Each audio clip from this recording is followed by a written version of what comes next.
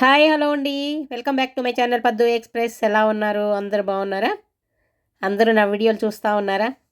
అలాగే వంటలు ట్రై చేయండి. అన్నీ బావుంటాయి గూడా. మీరు తప్పకుండా ట్రై చేసి ఎలా వచ్చిందో నాకు కామెంట్స్ రూపంలో తెలియజేస్తే నాకు ఇంకా ఎంకరేజింగ్‌గా ఉంటుంది గదా! ఈరోజు ఇంకో రెసిపీతో మీ ముందుకొచ్చేసాను. అదేంటో తెలుసా? చాలా టేస్టీగా ఉండే వాంగీబాత్ అండి. వాంగీబాత్‌కి ఒక పొడి కూడా రెడీ చేసుకోవాలి. అది ఎలా కొనిచ్చేది చెప్తాను చూడండి. ఈ వాంగీబాత్ చాలా టేస్టీ, బాక్సులకి వాటికి కూడా చాలా బాగుంటుంది. లంచ్ బాక్సులు పెట్టాలంటే చాలా ఈజీగా అయిపోతుంది. చూడండి, చాలా చాలా టేస్టీగా ఉంటుంది. ఇప్పుడు దానికి కావాల్సినవి చూడండి. ఒక కారప్పొడి అన్నాను కదా, దానికి ఇవి ధనియాలు, జీలకర్ర, ఎండుమిరపకాయలు. ఈ ఎండుమిరపకాయలు నేను ఎప్పుడు చెప్తాను కదా, బళ్ళారి మిరపకాయలు అని మీరు చూస్తారు కదా, అలాంటి మిరపకాయలు అనమాట. దానిలోకి ఒక గుప్పెడు మిరపకాయలు తీసుకుంటే ఒక 4 టేబుల్ స్పూన్లు ధనియాలు. చూసారా ఈ మిరపకాయలు ఇలా, ఇవి కలర్ బాగుంటాయి, కారం తక్కువ ఉంటాయండి. కారం అస్సలు ఉండదు, కారం చాలా తక్కువ ఉంటుంది. ఆ కలర్ మాత్రం మంచి కలర్ వస్తుంది. అందుకని మామూలు కారాలలో కూడా అవి కలుపుకుంటే బాగా మంచి కలర్తో బాగుంటుంది అనమాట కారం. ఓ ధనియాలు ఒక 4 టేబుల్ స్పూన్లు, అలాగే 2 టీ స్పూన్లు జీలకర్ర, 2 టీ స్పూన్లు అలాగే మినపప్పు, 2 టీ స్పూన్లు పచ్చిశనగపప్పు, అలాగే ఒక హాఫ్ స్పూను మెంతులు, అలాగే ఒక స్పూను మిరియాలు, ఇంకా కొంచెం చెక్క, లవంగాలు. ఇవన్నీ విడివిడిగా కొంచెం రోస్ట్ చేసుకొని, అంటే ఆయిల్ లేకుండా లైట్‌గా జస్ట్ కొంచెం వేడి చేసుకుంటే సరిపోతది. అలా చేసుకొని పొడి చేసి పెట్టుకోవాలనమాట. పొడి మంచి కలర్ తోటి చాలా బావుంటది. ఇదేనండి కూరక టేస్టు అసలు. అంటే వాంగీబాత్‌కి మంచి టేస్ట్ రావాలంటే ఈ కారమేననమాట. ఇలా కారం రెడీ చేసి పెట్టుకుంటే ఇంకా చేసుకోవటం చాలా ఈజీ.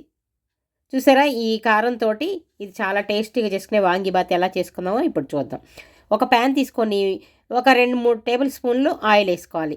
దీనిలో కొంచెం చెక్క, లవంగాలు వేసుకున్నాను ముందుగానే. కొంచెం ఆ ఫ్లేవర్ ఆయిల్లోకి దిగితే చాలా బావుంటదనమాట టేస్టు. చూడండి, దీని తర్వాత ఉల్లిపాయలు, సన్నగా తరిగిన ఉల్లిపాయలేసుకుంటున్నాను. ఈ ఉల్లిపాయలు కూడా కొంచెం ఫ్రై చేసుకోవాలి. మరీ బ్రౌన్ కలర్ రావనవసరం లేదు. మామూలుగా ఫ్రై అయితే సరిపోతది. దీనికి వంకాయలు సన్నగా పొడుగ్గా వస్తాయి చూడండి మనకి. అవేసుకుంటే చాలా బావుంటాయి. అలాంటియి తెల్ల వంకాయలు గూడా వస్తాయి చూడండి. అవైతే ఇంకా చాలా బావుంటాయి. వాంగీబాత్‌కి బాగా సూటబుల్ అంటే ఆ కాయలు చాలా బావుంటాయి. లేదంటే ఈ బ్లాకీ అయినా గూడా సన్నయి, పొడుగ్గయి బావుంటాయి. లావుయి అనేసరికి మరి కొంచెం విత్తనాలు అవి గూడా ఉంటాయి. ఈ సన్నటి, పొడుగుయి బావుంటాయి. తొందరగా మగ్గిపోతది కూర. తర్వాత దీనిలో కొంచెం కరివేపాకు, అలాగే ఒక స్పూను అల్లం వెల్లుల్లి పేస్ట్ వేసుకొని కొంచెం అది కూడా పచ్చి వాసన పోయే వరకు ఇలా వేయించుకోవాలి. చూడండి, ఇది వేగిపోయింది. ఉల్లిపాయలు లైట్ బ్రౌన్ వచ్చినాయి అనమాట. మరి ఎక్కువ బ్రౌన్ అవ్వక్కర్లేదు. ఇప్పుడు మనం వంకాయలు ముందుగా కోసి నీళ్ళల్లో వేసి పెట్టుకోవాలి. కలర్ మారిపోతుంది కదా, నీళ్ళలో వేసి కొద్దిగా ఉప్పేసి పెట్టుకుంటే అలాగే ఉంటాయి. వాటిని ఇప్పుడు ఇందులో వేసుకుంటున్నాను. ఈ వంకాయలు కొంచెం ఊరికే మగ్గిపోతాయి మనకి. ఆ వంకాయలు అనేసి ఊరికే ఇప్పుడు వంకాయలు వేసుకోగానే కలర్ మారిపోతాయి కాబట్టి కొంచెం ముందుగానే కొంచెం ఉప్పేసుకోవాలి. కొద్దిగా ఉప్పేసుకొని చివరిలో ఈ ఉప్పేసుకున్నాం కాబట్టి చూసుకొని దాన్ని బట్టి మళ్ళీ చివరిలో కావాలంటే కలుపుకోవచ్చు. చూడండి, ఉప్పేసి మూత పెట్టేస్తే మగ్గిపోతాయి తొందరగా. ఈ వంకాయలు ఈజీగా మగ్గిపోతాయి అనమాట. అందుకే తొందరగా అయిపోతుంది ఇదైతే.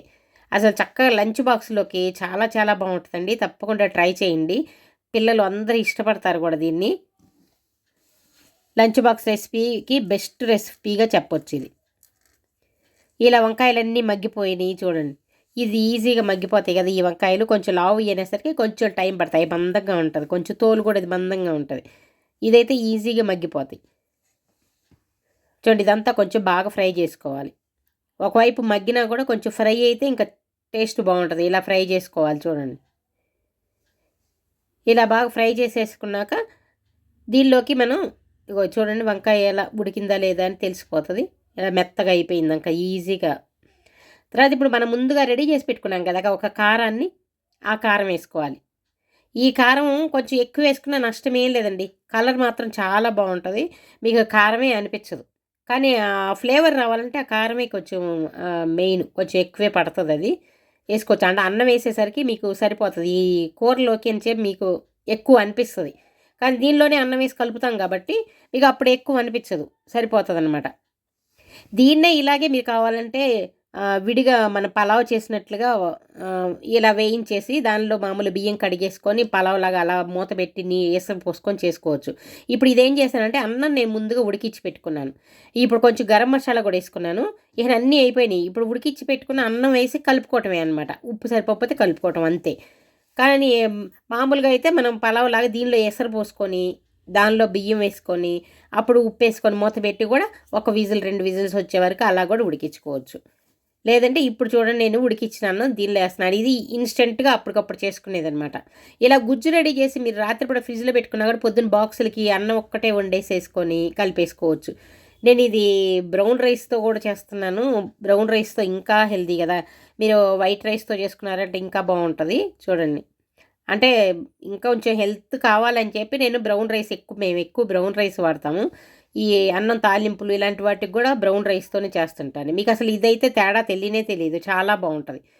చూడండి రెడీ అయిపోయింది. లాస్ట్లో కొత్తిమీర ఉంటే కొత్తిమీర వేసుకోండి. నా దగ్గర కొత్తిమీర లేదు. చూడండి కరివేపాకుతోనే గార్నిష్ చేసుకున్నాను. కొత్తిమీరతో మీరు గార్నిష్ చేసుకోవచ్చు. దానిలో వేసుకొని కలుపుకోవచ్చు. ఎంతో టేస్టీగా ఉండే వాంగీబాత్ రెడీ అయిపోయింది. చూడండి, చాలా చాలా టేస్టీగా ఉంటుంది. లంచ్ బాక్స్కి బెస్ట్ రెసిపీ.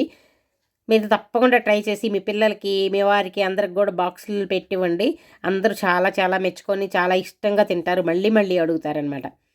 ఈ వీడియో ఎలా ఉందండి? నచ్చిందా? నచ్చితే లైక్ చేయండి, షేర్ చేయండి, సబ్స్క్రైబ్ చేసుకొని మళ్ళీ ఇంకో వీడియోతో మీ ముందుకు వచ్చే వరకు సెలవు. Take care. By by.